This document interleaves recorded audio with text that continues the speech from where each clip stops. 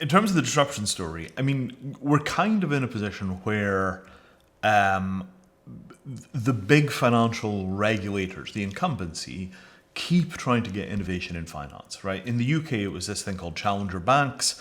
They gave out a whole bunch of licenses to things like Revolut, Monzo, and so on and henceforth to do sort of kind of bank-like operations. And the more successful they were, the more rope they extended. And you got a fair bit of financial innovation out of those institutions.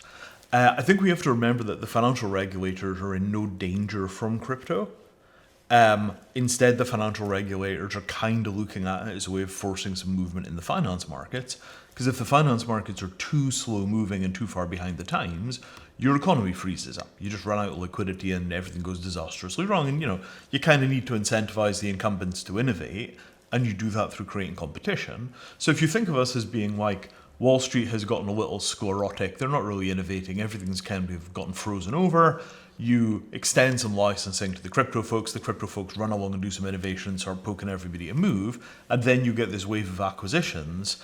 That wave of acquisitions is how Wall Street stays on the table generation after generation after generation after generation.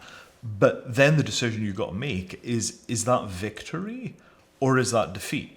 Because every innovation that Wall Street has ever made came from purchasing people with methodologies and then adopting them, and Wall Street changes radically every 10 or 20 years.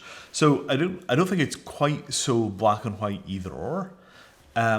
Because in the long run, to be honest, anything that's handling $500 million of other people's money is going to look very, very, very similar to all the other institutions that handle $500 million of other people's money.